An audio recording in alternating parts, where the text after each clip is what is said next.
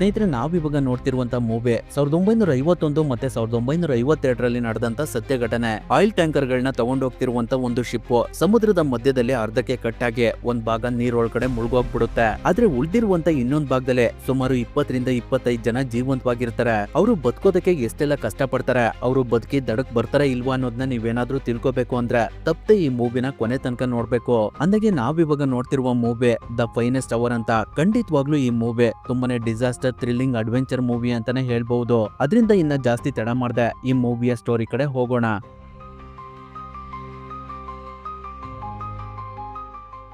ಕತೆ ಶುರುವಾದಾಗ 1951ರಲ್ಲಿ ಬೆರ್ನಿ ಅವನ girl friend ನ ಮೀಟ್ ಮಾಡೋದಕ್ಕೆ ಅಂತ ಬಂದಿರ್ತಾನೆ. ಅವನ ಜೊತೆ ಅವನ ಸ್ನೇಹಿತನಾದ ಆಂಡಿ ಕೂಡ ಇರ್ತಾನೆ. ಬರ್ನಿ ಮತ್ತೆ ಅವನ ಗರ್ಲ್ ಫ್ರೆಂಡ್ ಇಬ್ರು ಒಬ್ರು ಮುಖನ ಒಬ್ರು ನೋಡ್ಕೊಂಡೇ ಇರೋದಿಲ್ಲ. ಅವ್ರಿಬ್ರು ಬರೀ ಫೋನ್ ನಲ್ಲೇ ಲವ್ ಮಾಡ್ತಿರ್ತಾರೆ. ಅದರಿಂದ ಬರ್ನಿ ಅವನ ಗರ್ಲ್ ಫ್ರೆಂಡ್ ಹೇಗಿರ್ಬೋದು ಅಂತ ತುಂಬಾನೇ ಎಕ್ಸೈಟ್ಮೆಂಟ್ ಆಗಿರ್ತಾನೆ. ಬರ್ನಿ ಮತ್ತೆ ಆಂಡಿ ಇಬ್ರು ರೆಸ್ಟೋರೆಂಟ್ ಒಳಗಡೆ ಹೋದಾಗ ಅಲ್ಲಿ ಬರ್ನಿ ಗರ್ಲ್ ಫ್ರೆಂಡ್ ನ ಫ್ರೆಂಡ್ ಇರ್ತಾಳೆ. ಅವಳನ್ನ ನೋಡಿ ಬೆರ್ನಿ ನೀವು ಮೆರಿಯಮ್ಮ ಅಂತ ಕೇಳ್ತಾನೆ. ಅದಕ್ಕೆ ಅವಳು ಇಲ್ಲ, ನಾನು ಅವಳ ಫ್ರೆಂಡು, ಅವಳು ಆ ಕಡೆ ಇದ್ದಾಳೆ ಅಂತ ತೋರಿಸ್ತಾಳೆ. ಮೆರಿಯಮ್ ಅವಾಗ ತಾನೆ ಫೋನ್ ನಲ್ಲಿ ಯಾರ ಜೊತೆ ನಾವು ಮಾತಾಡಿ ಹಿಂದೆ ತಿರುಗ್ತಾಳೆ. ಅವಳನ್ನ ನೋಡಿ ಬೆರ್ನಿಗೆ ತುಂಬಾನೇ ಖುಷಿ ಆಗುತ್ತೆ. ಅದೇ ರೀತಿ ಮಿರಿಯಮ್ಗೂ ಕೂಡ ಬೆರ್ನಿನ ನೋಡಿ ತುಂಬಾನೇ ಖುಷಿ ಆಗುತ್ತೆ. ನಂತರ ಅವರಿಬ್ರು ಒಂದ್ ಕಡೆ ಕೂತ್ಕೊಂಡು ಒಬ್ರಿಗೊಬ್ರು ಪರಿಚಯ ಮಾಡ್ಕೊಳ್ತಾ ಇರ್ತಾರೆ. ಆ ಸಮಯದಲ್ಲಿ ಹ್ಯಾಂಡಿ ಬೆರ್ನಿಗೆ ನಾವಿವಾಗ ಒಂದು ಚಿಕ್ಕ ಬೋಟ್ ನಲ್ಲಿ ಸಮುದ್ರದೊಳಗಡೆ ಹೋಗೋಣ, ತುಂಬಾನೇ ಚೆನ್ನಾಗಿರುತ್ತೆ ಅಂತ ಹೇಳ್ತಾನೆ. ಅದಕ್ಕೆ ಬೆರ್ನಿ ಇಷ್ಟೊತ್ನಲ್ಲಿ ಬೇಡ ಅಂತ ಹೇಳ್ತಾನೆ. ಆದ್ರೂ ಹ್ಯಾಂಡಿ ಮತ್ತೆ ಮೆರಿಯಮ್ ನ ಫ್ರೆಂಡ್ ಇಬ್ರು ಬೆರ್ನಿಗೆ ತುಂಬಾನೇ ಬಲವಂತ ಮಾಡ್ತಾರೆ. ಅದರಿಂದ ಬೆರ್ನಿ ಮಿಸ್ಟರ್ ಸ್ಟೆಲ್ ಮತ್ತೆ ಅವನ ಟೀಮ್ ನವ್ರ ಹತ್ರ ಬೋಟ್ ನ ಸಮುದ್ರದೊಳಗಡೆ ತಗೊಂಡೋಗೋದಕ್ಕೆ ಪರ್ಮಿಷನ್ ತಗೊಂಡು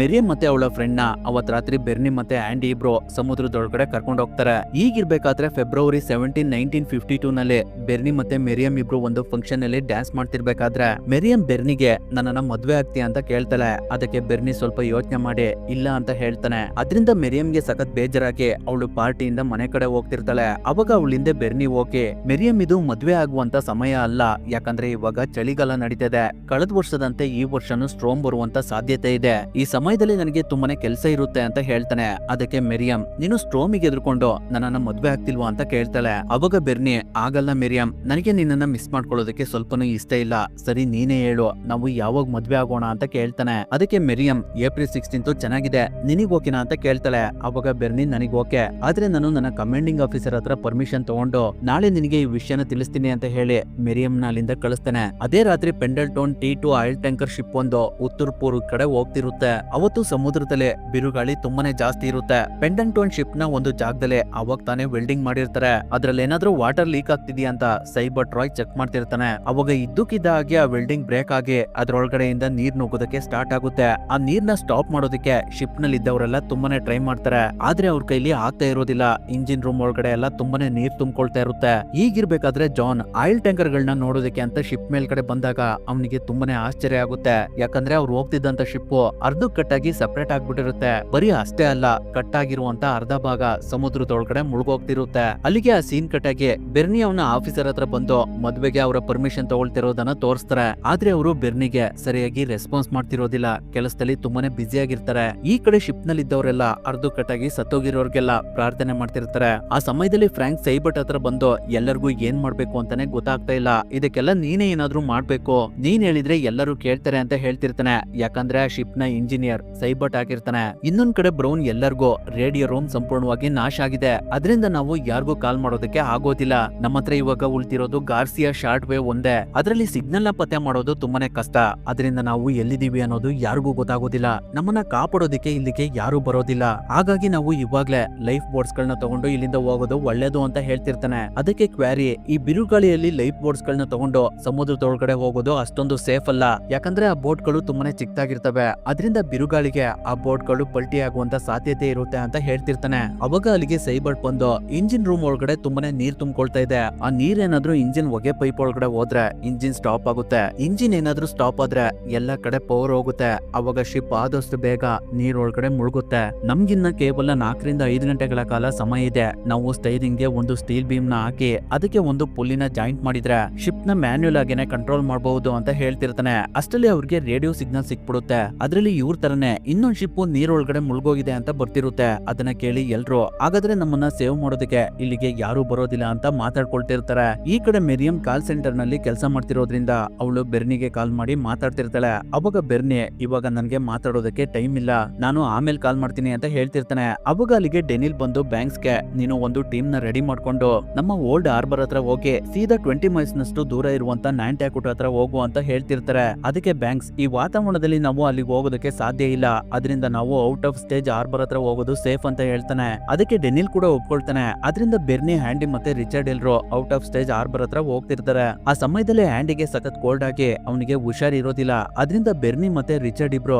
ಹ್ಯಾಂಡಿಗೆ ನೀನು ರೆಸ್ಟ್ ಮಾಡೋದನ್ನ ಬಿಟ್ಟು ಇಲ್ಲಿಗೆ ಯಾಕೆ ಬಂದೆ ಅಂತ ಬೈತಾ ಇರ್ತಾರೆ. ಅದಾದ್ಮೇಲೆ ಸ್ವಲ್ಪ ಸಮಯದ ನಂತರ ಅವ್ರುಗಳು ಔಟ್ ಆಫ್ ಸ್ಟೇಜ್ ಹಾರ್ಬರ್ ಹತ್ರ ಬಂದು ತಲುಪ್ತಾರೆ. ಈ ಕಡೆ ಎಲ್ರು ತುಂಬಾನೇ ಕಷ್ಟಪಟ್ಟು ಸ್ಟೈರಿಂಗ್ ವೀಲ್ ಪುಲ್ಲಿಗೆ ಸ್ಟೀಲ್ ರಾಡ್ ನ ಜಾಯಿಂಟ್ ಮಾಡ್ತಿರ್ತಾರೆ. ಅವಾಗ ಸೈಬರ್ಟ್ ನಾವು ಇದರ ಸಹಾಯದಿಂದ ಶಿಪ್ ನ ಒಂದು ಎತ್ತರವಾದ ಜಾಗಕ್ಕೆ ತಗೊಂಡೋಗೋಣ, ಅದರಿಂದ ಶಿಪ್ ಯಾವುದೇ ಕಾರಣಕ್ಕೂ ನೀರೊಳಗಡೆ ಮುಳುಗೋದಿಲ್ಲ ಅಂತ ಹೇಳ್ತಿರ್ತಾನೆ. ಅದಕ್ಕೆ ಫ್ರಾಂಕ್ ಎಲ್ರು ಲೈಫ್ ಬೋಟ್ ಹತ್ರ ಹೋಗಿ ಅದನ್ನ ತಗೊಂಡು ಎಲ್ರು ಇಲ್ಲಿಂದ ಹೋಗೋದಕ್ಕೆ ನೋಡ್ತಾ ಇದಾರೆ. ಅವ್ರಗಳಿಗೆ ಎಷ್ಟ್ ಹೇಳಿದ್ರು ಕೇಳ್ತಾನೆ ಇಲ್ಲ, ಅದ್ರಲ್ಲೂ ಬ್ರೌನ್ ಅಂತೂ ಯಾರ ಮಾತನ್ನು ಕೇಳ್ತಾನೆ ಇಲ್ಲ ಅಂತ ಹೇಳ್ತಾರೆ. ಅದರಿಂದ ಸೈಬರ್ಟ್ ಒಂದು ಕೊಡ್ಲಿನ ತಗೊಂಡೋಗಿ ಲೈಫ್ ಬೋಟ್ ನ ಶಿಪ್ ಇಂದ ಕೆಳಗಡೆ ಬೀಳಿಸ್ಬಿಡ್ತಾನೆ. ಅದನ್ನ ನೋಡಿ ಬ್ರೌನ್ ಸೈಬರ್ಟ್ ಗೆ ಹೊಡೆಯೋದಕ್ಕೆ ಅಂತ ಹೋಗ್ತಿರ್ತಾನೆ. ಅವಾಗ ಎಲ್ರು ಅವನನ್ನ ಸುಮ್ನಿರ್ಸ್ತಾರೆ. ನಂತರ ಸೈಬರ್ಟ್ ಎಲ್ಲರಿಗೂ ಲೈಫ್ ಬೋಟ್ ಈ ಗಾಳಿನಲ್ಲಿ 5 ನಿಮಿಷ ಕೂಡ ನೀರಿನ ಮೇಲ್ಗಡೆ ಇರೋದಿಲ್ಲ, ನೀವುಗಳೆಲ್ಲ ಇಲ್ಲೇ ಟೈಮ್ ನ ವೇಸ್ಟ್ ಮಾಡ್ತಿದ್ರೆ ಈ ಶಿಪ್ ಆದಷ್ಟು ಬೇಗ ಮುಳುಗೋಗುತ್ತೆ. ಅಷ್ಟರಲ್ಲಿ ನಾವುಗಳು ಈ ಶಿಪ್ ನ ಒಂದು ಎತ್ತರವಾದ ಜಾಗಕ್ಕೆ ತಗೊಂಡೋಗ್ಬೇಕು, ಇಲ್ಲ ಅಂದ್ರೆ ಖಂಡಿತವಾಗ್ಲೂ ನಾವು ಯಾರು ಉಳಿಯೋದಿಲ್ಲ. ಸ್ವಲ್ಪ ಜನ ಶಿಪ್ ಮೇಲ್ಗಡೆ ನಿಂತ್ಕೊಂಡು ನಾವು ಯಾವ ಡೈರೆಕ್ಷನ್ ಹೋಗ್ಬೇಕು ಅನ್ನೋದನ್ನ ತಿಳಿಸಿ, ಇನ್ ಸ್ವಲ್ಪ ಜನ ನನ್ ಜೊತೆ ಇಂಜಿನ್ ರೂಮ್ ಒಳಗಡೆ ಬಂದು ಸ್ಟೈರಿಂಗ್ ಪೂಲಿನ ತಿರುಗಿಸೋದಕ್ಕೆ ಹೆಲ್ಪ್ ಮಾಡಿ ಅಂತ ಹೇಳ್ತಾನೆ.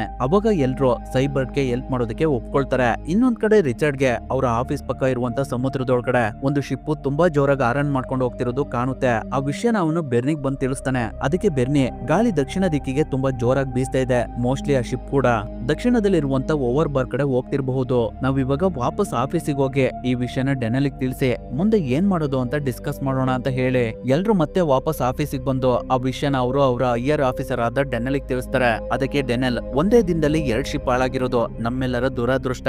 ಈ ರೆಡರ್ ನ ಪ್ರಕಾರ ನಮ್ಮ ಬೋಟ್ಸ್ ಗಳು ಇಲ್ಲಿದಾವೆ, ಇಲ್ಲಿಂದ ನಾವು ಬೋಟ್ಸ್ ಗಳನ್ನ ತಗೊಂಡು ಶಿಪ್ ಹತ್ರ ಹೋಗೋದು ತುಂಬಾನೇ ಕಷ್ಟ, ಆದ್ರೂ ನಾವು ಈ ಕೆಲಸನ ಮಾಡ್ಲೇಬೇಕು ಅಂತ ಹೇಳಿ ಬೆರ್ನಿಗೆ ನೀನು ಒಂದು ಟೀಮ್ ನ ಮಾಡ್ಕೊಂಡು ಆದಷ್ಟು ಬೇಗ ಓವರ್ ಬಾರ್ ಹತ್ರ ಹೋಗಿ ಅಲ್ಲಿರುವಂತ ಶಿಪ್ ನ ಹುಡುಕಿ ಅದ್ರಲ್ಲಿ ಉಳಿದಿರೋರ್ನ ನೀನು ರೆಸ್ಕ್ಯೂ ಮಾಡ್ಬೇಕು ಅಂತ ಆರ್ಡರ್ ಮಾಡ್ತಾರೆ. ಅದಕ್ಕೆ ಬೆರ್ನಿ ಕೂಡ ಒಪ್ಕೊಳ್ತಾನೆ. ಆದ್ರೆ ಅವನ್ ಜೊತೆ ಆ ಬಿರುಗಾಳಿನಲ್ಲೇ ಸಮುದ್ರದೊಳಗಡೆ ಹೋಗೋದಕ್ಕೆ ಯಾರು ರೆಡಿ ಇರೋದಿಲ್ಲ, ಯಾಕಂದ್ರೆ ಲಾಸ್ಟ್ ಟೈಮು ಇದೇ ರೀತಿ ರೆಸ್ಕ್ಯೂ ಮಾಡೋದಕ್ಕೆ ಅಂತ ಹೋಗಿ 8 ಜನ ಸತ್ತೋಗಿರ್ತಾರೆ. ಈಗಿರ್ಬೇಕಾದ್ರೆ ರಿಚರ್ಡ್ ನಾನ್ ಬರ್ತೀನಿ ಅಂತ ಕೈ ಎತ್ತುತ್ತಾನೆ. ಅವನನ್ನ ನೋಡಿ ಆಂಡಿ ಕೂಡ ನಾನು ಬರ್ತೀನಿ ಅಂತ ಕೈ ಎತ್ತುತ್ತಾನೆ. ಆದ್ರೆ ಅದಕ್ಕೆ ಬೆರ್ನಿ ಆಂಡಿ ನಿನ್ಗೆ ಹುಷಾರಿಲ್ಲ, ಅದರಿಂದ ನೀನು ಈ ಬಿರುಗಾಳಿನಲ್ಲಿ ಹೊರಗಡೆ ಬರೋದು ಅಷ್ಟೊಂದು ಸೇಫ್ ಅಲ್ಲ ಅಂತ ಹೇಳ್ತಿರ್ತಾನೆ. ಅಷ್ಟರಲ್ಲಿ ಎರ್ವಿನ್ ನಾನ್ ಬರ್ತೀನಿ ಅಂತ ಹೇಳ್ತಾನೆ. ಹಾಗೆ ಡೇವ್ ಕೂಡ ಬೆರ್ನಿ ಜೊತೆ ಹೋಗೋದಕ್ಕೆ ಒಪ್ಕೊಳ್ತಾನೆ. ಅದರಿಂದ ಎಲ್ರು ದಕ್ಷಿಣ ದಿಕ್ಕಲ್ಲಿರುವಂತ ಓವರ್ ಬಾರ್ ಹತ್ರ ಹೋಗೋದಕ್ಕೆ ಹೊರಡ್ತಾ ಇರ್ತಾರೆ. ಅದೇ ಸಮಯದಲ್ಲಿ ಮೆರಿಯಂ ಬೆರ್ನಿಗೆ ಕಾಲ್ ಮಾಡ್ತಿರ್ತಾಳೆ. ಆದ್ರೆ ಅವನು ಆ ಕಾಲ್ ನ ಅಟೆಂಡ್ ಮಾಡದೆ ಅಲ್ಲಿಂದ ಹಾಗೆ ಹೋಗ್ತಾನೆ. ಅದೇ ಸಮಯದಲ್ಲಿ ಈ ಕಡೆ ಶಿಪ್ ನಲ್ಲಿ ಇದ್ದವರು ಸಮುದ್ರದೊಳಗಡೆ ಯಾವ ಕಡೆನಾದ್ರೂ ಎತ್ತರವಾದ ಪ್ರದೇಶ ಸಿಗುತ್ತಾ ಅಂತ ಸ್ಕೋಪ್ ನಲ್ಲಿ ನೋಡ್ತಿರ್ಬೇಕಾದ್ರೆ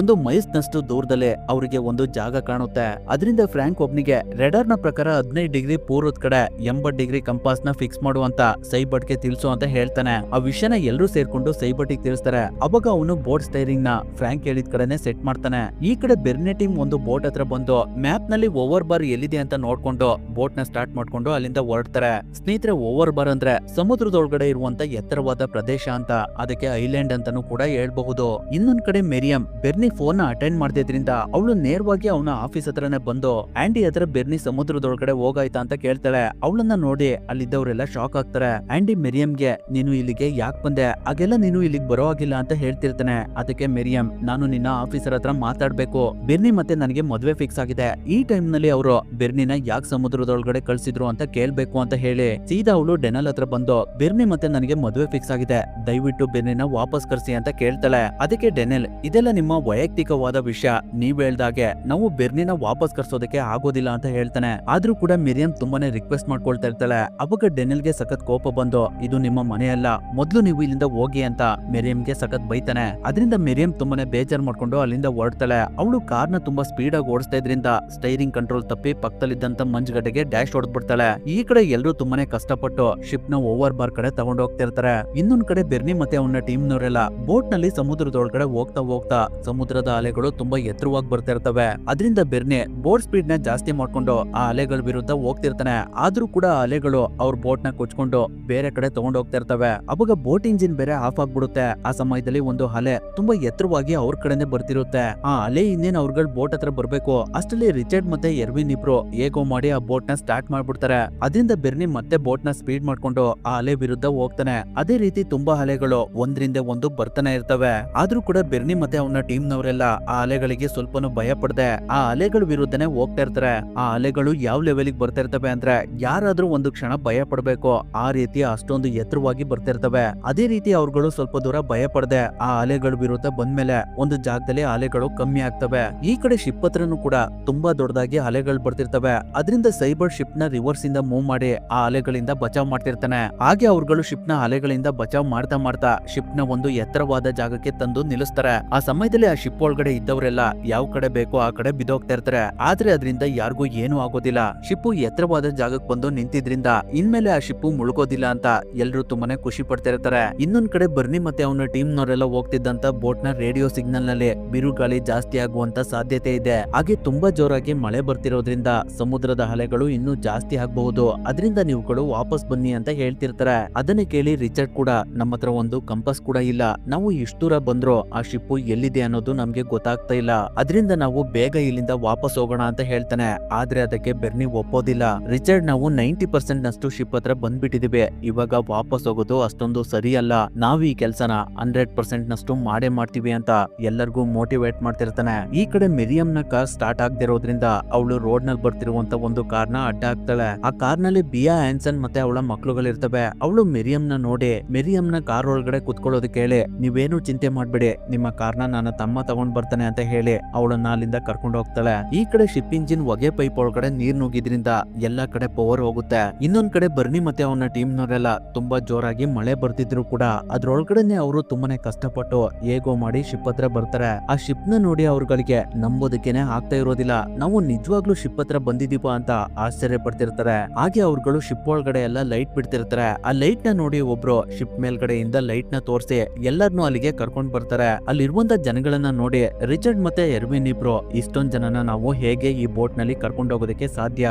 ಈ ಬೋಟ್ ನ ಕೆಪಾಸಿಟಿ 20ರಿಂದ 22 ಜನ ಮಾತ್ರ ಅಂತ ಮಾತಾಡ್ಕೊಳ್ತಿರ್ಬೇಕಾದ್ರೆ ಯಾರೋ ಒಬ್ರು ಶಿಪ್ ಇಂದ ಕೆಳಗಡೆ ಬಂದು ನೀರ್ ಒಳಗಡೆ ಬಿದ್ದೋಗ್ಬಿಡ್ತಾರೆ. ಅದೇ ರೀತಿ ತುಂಬಾ ಜನಗಳು ಶಿಪ್ ಇಂದ ಹೊರಗಡೆ ಬಂದು ನೀರ್ ಒಳಗಡೆ ಬಿದ್ದೋಗ್ತಾ ಇರ್ತಾರೆ. ಅವಾಗ ಬೆರ್ನಿ ರಿಚರ್ಡ್ ಮತ್ತೆ ಎರ್ವಿನ್ ಎಲ್ರು ಅವ್ರಗಳನ್ನ ನೀರ್ ಒಳಗಡೆಯಿಂದ ಬೋಟ್ ಮೇಲ್ಗಡೆ ಕರ್ಕೊಳ್ತಾ ಇರ್ತಾರೆ. ಈಗಿರ್ಬೇಕಾದ್ರೆ ಜಾರ್ಜ್ ಲ್ಯಾಡರ್ ಇಂದ ಕೆಳಗಡೆ ಇಳಿತಾ ಇರ್ಬೇಕಾದ್ರೆ ಒಂದು ದೊಡ್ಡದಾಗಿರುವಂತ ಅಲೆ ಬಂದಿದ್ರಿಂದ ಅವನು ಲ್ಯಾಡರ್ ಇಂದ ಕೆಳಗಡೆ ಬಿದ್ದೋಗ್ತಾನೆ. ಅವಾಗ ಅವನಿಗೆ ಶಿಪ್ ನ ಕೆಳಗಡೆ ಇದ್ದಂತ ಇಂಜಿನ್ ಬ್ಲೇಡ್ ಹೊಡೆದು ಅವನು ಸತ್ತೋಗ್ತಾನೆ. ಅದರಿಂದ ಎಲ್ಲರಿಗೂ ತುಂಬಾನೇ ಬೇಜಾರಾಗ್ತಿರುತ್ತೆ. ಬೋಟ್ ಮೇಲ್ಗಡೆ ತುಂಬಾ ಜನ ಆಗಿದ್ರಿಂದ ರಿಚರ್ಡ್ ಬೆರ್ನಿಗೆ ಇವ್ರುಗಳನ್ನ ನಾವು ಮೊದಲು ಸಮುದ್ರದ ದಡಕ್ ಬಿಟ್ಟು ಆಮೇಲೆ ಮತ್ತೆ ಬಂದು ಉಳ್ದವ್ರನ್ನ ಕರ್ಕೊಂಡು ಹೋಗೋಣ ಅಂತ ಹೇಳ್ತಾನೆ. ಅದಕ್ಕೆ ಬೆರ್ನಿ ನಾವು ಇವ್ರುಗಳನ್ನ ಬಿಟ್ಟು ಹೋಗೋದಕ್ಕೆ ಆಗೋದಿಲ್ಲ, ಶಿಪ್ ಆಲ್ರೆಡಿ ಮುಳುಗ್ತಾ ಇದೆ, ಬದುಕಿದ್ರೆ ಎಲ್ರು ಬದುಕೋಣ, ಸತ್ರೆ ಎಲ್ರು ಸಾಯೋಣ ಅಂತ ಹೇಳ್ತಾನೆ. ಹಾಗಾಗಿ ಎಲ್ರು ಕೆಳಗಡೆ ಬರೋವರೆಗೂ ಅವ್ರುಗಳು ಕಾಯ್ತಾ ಇರ್ತಾರೆ. ಎಲ್ರು ಒಬ್ಬೊಬ್ರಾಗಿ ಶಿಪ್ ಇಂದ ಕೆಳಗಡೆ ಬರ್ತಿರ್ತಾರೆ. ಕೊನೆದಾಗಿ ಸೈಬರ್ಟ್ ಮಾತ್ರ ಉಳ್ಕೊಳ್ತಾನೆ. ಅವನಿಗೆ ಆ ಶಿಪ್ ನ ಬಿಟ್ಟು ಬರೋದಕ್ಕೆ ಸ್ವಲ್ಪನೂ ಇಷ್ಟ ಇರೋದಿಲ್ಲ. ಆದ್ರೂ ಕೂಡ ಅವನಿಗೆ ಬೇರೆ ದಾರಿ ಇಲ್ದೆ ಆ ಶಿಪ್ ಇಂದ ಕೆಳಗಡೆ ಇಳಿದ್ ಬರ್ತಾನೆ. ಅವಾಗ ಇಮಿಡಿಯೇಟ್ ಆಗಿ ಬರ್ನಿ ಬೋಟ್ ನ ಶಿಪ್ ಇಂದ ದೂರ ತಗೊಂಡ್ ಹೋಗ್ತಾನೆ. ಅವ್ರುಗಳು ಶಿಪ್ ಇಂದ ಸ್ವಲ್ಪ ದೂರ ಬರೋ ಅಷ್ಟಲ್ಲೇ ಆ ಶಿಪ್ ಸಂಪೂರ್ಣವಾಗಿ ಮುಳುಗ್ತಾ ಇರುತ್ತೆ. ಆ ಶಿಪ್ ಮುಳುಗ್ತಿರೋದನ್ನ ನೋಡಿ ಎಲ್ರು ತುಂಬಾನೇ ಬೇಜಾರ್ ಮಾಡ್ಕೊಳ್ತಾ ಇರ್ತಾರೆ. ಅಷ್ಟೊತ್ತಿಗೆ ಈ ಕಡೆ ಇನ್ನೊಂದ್ ಶಿಪ್ ನ ರೆಸ್ಕ್ಯೂ ಮಾಡೋಕ್ ಹೋಗಿದ್ದಂತ ಟೀಮು ಆಲ್ರೆಡಿ ಬಂದ್ಬಿಟ್ಟಿರ್ತಾರೆ. ಅವರು ಡೆನೆಲ್ಗೆ 4 ಜನನ ಬಿಟ್ಟು ಉಳ್ದವ್ರನ್ನೆಲ್ಲ ನಾವು ರೆಸ್ಕ್ಯೂ ಮಾಡಿದೀವಿ, ಆದ್ರೆ ಆ 4 ಜನನ ನಮ್ ಕೈಲಿ ಉಳಿಸ್ಕೊಳ್ಳೋದಕ್ ಆಗ್ಲಿಲ್ಲ ಅಂತ ಹೇಳ್ತಿರ್ತಾರೆ. ಅಷ್ಟರಲ್ಲಿ ಬೆರ್ನಿ ರೇಡಿಯೋ ಕಾಲ್ ಮಾಡಿ ಸಾರ್ ನಾವು 32 ಜನನ ಸೇವ್ ಮಾಡಿದೀವಿ, ನಮ್ಮ ಹತ್ರ ಇದ್ದಂತ ಕಂಪಸ್ ಬೇರೆ ಹಾಳಾಗಿದೆ, ಆದ್ರೂ ಕೂಡ ನಾವು ಹೇಗಾದ್ರೂ ಮಾಡಿ ಈ 32 ಜನನ ಸಮುದ್ರದ ತೀರಕ್ಕೆ ಕರ್ಕೊಂಡ್ ಬರ್ತೀವಿ ಅಂತ ಹೇಳ್ತಿರ್ತಾನೆ. ಅದನ್ನ ಕೇಳಿ ಎಲ್ಲರಿಗೂ ತುಂಬಾನೇ ಸಂತೋಷ ಆಗ್ತಿರುತ್ತೆ. ಅದೇ ಸಮಯಕ್ಕೆ ಅಲ್ಲಿಗೆ ಮೆರಿಯಂ ಕೂಡ ಬಂದು ಬೆರ್ನಿ ಮಾತಾಡ್ತಿರೋದನ್ನ ಕೇಳಿಸ್ಕೊಂಡು ಅವಳು ಕೂಡ ತುಂಬಾ ಖುಷಿ ಪಡ್ತಿರ್ತಾಳೆ. ಡೆನಿಲ್ ಬೆರ್ನಿಗೆ ನಾವು ಒಂದು ಲೈಟ್ ಶಿಪ್ ನ ಅಲ್ಲಿ ಕಳಿಸ್ತೀವಿ, ಎಲ್ಲಾರ್ನೂ ಅದ್ರೊಳಗಡೆ ಕೂರ್ಸಿ ನೀವು ನಾರ್ತ್ ಕಡೆ ಬನ್ನಿ ಅಂತ ಹೇಳ್ತಿರ್ತಾನೆ. ಅದಕ್ಕೆ ಬೆರ್ನಿ ರಿಚರ್ಡ್ಗೆ ಇಲ್ಲಿಗೆ ಯಾವ ಶಿಪ್ಪು ಬರೋದ್ ಬೇಡ, ಯಾಕಂದ್ರೆ ನಾವು ಎಲ್ಲಿದ್ದೀವಿ ಅಂತಾನೆ ನಮಗ್ ಗೊತ್ತಿಲ್ಲ, ಸುಮ್ನೆ ನಮ್ಮನ್ನ ಹುಡ್ಕೊಂಡು ಇನ್ನೊಂದ್ ಶಿಪ್ ಬಂದ್ರೆ ಅವರಿಗೆ ನಮ್ಮನ್ನ ಹುಡ್ಕೋದಕ್ಕೆ ಕಷ್ಟ ಆಗಬಹುದು ಅಂತ ಹೇಳಿ ರೇಡಿಯೋ ಸಿಗ್ನಲ್ ನ ಆಫ್ ಮಾಡ್ತಾನೆ. ಈ ಕಡೆ ಶಿಪ್ ನಲ್ಲಿ ಬದುಕುಳಿದಿರೋರ್ಗೆಲ್ಲ ಬಿಯಾ ಆನ್ಸನ್ ಊಟದ ವ್ಯವಸ್ಥೆನ ಮಾಡ್ತಿರ್ತಾರೆ. ಅವ್ರ ಜೊತೆ ಮೆರಿಯಂ ಕೂಡ ಸೇರ್ಕೊಂಡು ಎಲ್ಲರಿಗೂ ಹೆಲ್ಪ್ ಮಾಡ್ತಿರ್ತಾಳೆ. ಆ ಸಮಯದಲ್ಲೇ ಬಿಯಾ ಆನ್ಸನ್ ಅವಳ ಹಸ್ಬೆಂಡ್ ನ ನೆನ್ಪ್ ಮಾಡ್ಕೊಂಡು ತುಂಬಾ ದುಃಖ ಪಡ್ತಿರ್ತಾಳೆ. ಯಾಕಂದ್ರೆ ಅವರ ಹಸ್ಬೆಂಡ್ ಲಾಸ್ಟ್ ಟೈಮ್ ರೆಸ್ಕ್ಯೂ ಮಾಡೋದಕ್ಕೆ ಅಂತ ಹೋದಾಗ ಅವರು ಸತ್ತೋಗಿರ್ತಾರೆ. ಅದ್ರಿಂದ ಈ ಕಡೆ ಎರ್ವಿನ್ ಬೆರ್ನಿಗೆ ನಮ್ಮ ಹತ್ರ ಇವಾಗ ಕಂಪಾಸ್ ಕೂಡ ಇಲ್ಲ, ಅದರಿಂದ ನಾವು ಸಮುದ್ರದ ತೀರಕ್ಕೆ ಹೇಗ್ ಹೋಗೋದು ಅಂತ ಕೇಳ್ತಾನೆ. ಅದಕ್ಕೆ ಬೆರ್ನಿ ಅದು ನನಗ್ ಗೊತ್ತಿಲ್ಲ, ನಾವಿನ್ನು ಬದುಕಿದೀವಿ ಅಂದ್ರೆ ಅದು ಲಕ್ಕಿಂದ, ಅದೇ ರೀತಿ ಅದೇ ಲಕ್ಕಿಂದ ನಾವು ದಡಕ್ ಸೇರ್ಬೇಕು ಅಂತ ಹೇಳ್ತಿರ್ತಾನೆ. ಅವಾಗ ಎರ್ವಿನ್ ನಮ್ಗೆಲ್ಲ ನಿಮ್ ಮೇಲೆ ಭರವಸೆ ಇದೆ ಕ್ಯಾಪ್ಟನ್, ನೀವ್ ಹೇಗ್ ಹೇಳ್ತಿರೋ ಅದಕ್ಕೆ ನಮ್ಮ ಸಪೋರ್ಟ್ ಇದ್ದೇ ಇದೆ ಅಂತ ಹೇಳ್ತಾನೆ. ಅವಾಗ ಬೆರ್ನಿ ಎಲ್ಲರಿಗೂ ನೋಡಿ ಸ್ನೇಹಿತರೆ, ಬಿರುಗಾಳಿ ತುಂಬಾನೇ ಜಾಸ್ತಿ ಆಗ್ತಿದೆ, ಈ ಬಿರುಗಾಳಿಲಿ ನಾವು ಹೇಗಾದ್ರೂ ಮಾಡಿ ದಡಕ್ಕೆ ಹೋಗ್ಲೇಬೇಕು, ಅದರಿಂದ ನಾವೆಲ್ಲ ಸಮುದ್ರದ ತೀರದಲ್ಲಿ ಕಾಣುವಂತ ಲೈಟ್ಸ್ ಗಳನ್ನ ಅಬ್ಸರ್ವ್ ಮಾಡ್ಬೇಕು, ಎಲ್ರೂ ನಿಮ್ಮ ಮನೆಗಳಿಗೆ ಹೋಗ್ತೀವಿ ಅಂತ ಭರವಸೆ ಇಡಿ, ಯಾರು ನಂಬಿಕೆನ ಕಳ್ಕೊಬೇಡಿ ಅಂತ ಮೋಟಿವೇಟ್ ಮಾಡಿ ಮತ್ತೆ ಬೋಟ್ ನ ಸ್ಟಾರ್ಟ್ ಮಾಡಿ ಅಲ್ಲಿಂದ ಮುಂದೆ ಹೋಗ್ತಿರ್ತಾನೆ. ಇನ್ನೊಂದ್ ಕಡೆ ಅವ್ರಗಳನ್ನ ರಿಸೀವ್ ಮಾಡ್ಕೊಳ್ಳೋದಕ್ಕೆ ತುಂಬಾ ಜನ ಹಾರ್ಬರ್ ಹತ್ರ ಬರ್ತಿರ್ತಾರೆ, ಹಾಗೆ ಮೆರಿಯಂ ಕೂಡ ಬರ್ತಿರ್ತಾಳೆ. ಈಗಿರ್ಬೇಕಾದ್ರೆ ಬೆರ್ನಿ ಅಂದಾಜಲ್ಲಿ ಡ್ರೈವ್ ಮಾಡ್ತಿರ್ತಾನೆ. ಈ ಕಡೆ ಎಲ್ರು ಹಾರ್ಬರ್ ಸುತ್ತ ಕಾರ್ಗಳನ್ನ ನಿಲ್ಸಿ ಲೈಟ್ ಗಳನ್ನ ಆನ್ ಮಾಡ್ತಿರ್ತಾರೆ, ಯಾಕಂದ್ರೆ ಬೆರ್ನಿ ಟೀಮ್ಗೆ ಹಾರ್ಬರ್ ಎಲ್ಲಿದೆ ಅಂತ ಗೊತ್ತಾಗ್ಲಿ ಅಂತ. ಅದರಿಂದ ಬೆರ್ನಿಗೆ ಹಾರ್ಬರ್ ಯಾವ ಕಡೆ ಇದೆ ಅನ್ನೋದು ಕಾಣುತ್ತೆ. ಅವಾಗ ಅವನು ತುಂಬಾನೇ ಖುಷಿಯಿಂದ ಆ ಲೈಟ್ಸ್ ಗಳಿರುವ ಕಡೆನೆ ಹೋಗ್ತಾನೆ. ಆ ಸಮಯದಲ್ಲಿ ಬೆರ್ನಿ ಟೀಮು ನಾವು ನಮ್ಮ ಕೆಲಸನ ಕಂಪ್ಲೀಟ್ ಮಾಡಿದ್ವಲ್ಲ ಅಂತ ತುಂಬಾ ಖುಷಿ ಪಡ್ತಿರ್ತಾರೆ. ಇನ್ ಕೆಲವರು ನಾವು ಬದುಕಿದ್ವಲ್ಲ ಅಂತ ಸಮಾಧಾನ ಮಾಡ್ಕೊಳ್ತಾ ಇರ್ತಾರೆ. ಅವ್ರಗಳಿರುವಂತ ಬೋಟು ಹಾರ್ಬರ್ ಕಡೆ ಬರ್ತಿರೋದನ್ನ ಮೆರಿಯಂ ನೋಡಿ ತುಂಬಾನೇ ಖುಷಿ ಪಡ್ತಿರ್ತಾಳೆ. ಎಲ್ರು ಅವ್ರನ್ನ ನೋಡಿ ಚೀರಪ್ ಮಾಡ್ತಿರ್ತಾರೆ. ಸ್ವಲ್ಪ ಸಮಯದ ನಂತರ ಬೋಟು ಹಾರ್ಬರ್ ಹತ್ರ ಬಂದೇ ಬಿಡುತ್ತೆ. ಎಲ್ರು ಅವ್ರಗಳನ್ನ ಮೇಲ್ಗಡೆ ಕರ್ಕೊಂಡು ನೀವೆಲ್ಲ ಹೀರೋಗಳು ಅಂತ ಹೊಗಳ್ತಾ ಇರ್ತಾರೆ. ಮೆರಿಯಂ ತುಂಬಾನೇ ಖುಷಿಯಿಂದ ಬೆರ್ನಿ ಹತ್ರನೇ ಬಂದು ತುಂಬಾ ಪ್ರೀತಿಯಿಂದ ಅವನಿಗೆ ಕಿಸ್ ಮಾಡ್ತಿರ್ತಾಳೆ. ನಂತರ ಅವರಿಬ್ರು ಅಲ್ಲಿಂದ ವಾಪಸ್ ಬರ್ತಿರ್ಬೇಕಾದ್ರೆ ಮೆರಿಯಂ ಬೆರ್ನಿಗೆ ನಾನು ನಿನ್ನ ಆಫೀಸರ್ ಹತ್ರ ಮಾತಾಡಿದ್ದೀನಿ, ಅವರಿಗೆ ನಾವಿಬ್ರು ಮದ್ವೆ ಆಗೋದು ಏನು ಅಭ್ಯಂತರ ಇಲ್ವಂತೆ ಅಂತ ಹೇಳ್ತಿರ್ತಾಳೆ. ಇದೆಲ್ಲ ನಡೆದಿದ್ದು ಫೆಬ್ರವರಿ 18, 1952 ನಲ್ಲಿ. ಅವತ್ತು ಬೆರ್ನಿ, ರಿಚರ್ಡ್, ಆಂಡಿ ಮತ್ತೆ ಎರ್ವಿನ್ ಎಲ್ರು 22 ಜನನ ಸೇವ್ ಮಾಡಿ ಅವ್ರ ಪಾಲಿಗೆ ದೇವ್ರಾಗ್ಬಿಟ್ರು. ನಂತರ ಬೆರ್ನಿ ಮೆರಿಯಂನ ಅವ್ಳು ಫಿಕ್ಸ್ ಮಾಡಿದ ಡೇಟಿಗೆ ಮದ್ವೆ ಆಗ್ತಾನೆ. ಅವರ ರಿಯಲ್ ಫೋಟೋ ಇಲ್ಲಿದೆ ನೋಡಿ. ಇವರಿಬ್ರು ಮದ್ವೆ ಆಗಿ ಸುಮಾರು 58 ವರ್ಷಗಳ ಕಾಲ ಸಂಸಾರ ಮಾಡ್ತಾರೆ. ಅದಾದ್ಮೇಲೆ 2009ರಲ್ಲಿ ಬೆರ್ನಿ ಕೆಲವು ಕಾರಣಗಳಿಂದ ಸತ್ತೋಗ್ತಾನೆ. ಬೆರ್ನಿ ಟೀಮ್ ನ 4 ಜನಕ್ಕೂ ಅಲ್ಲಿನ ಸರ್ಕಾರ ಲೈಫ್ ಸೇವಿಂಗ್ ಮೆಡಲ್ ನ ಕೊಟ್ಟು ಸನ್ಮಾನ ಮಾಡ್ತಾರೆ. ಅಲ್ಲಿಗೆ ಈ ಮೂವಿ ಎಂಡ್ ಆಗುತ್ತೆ.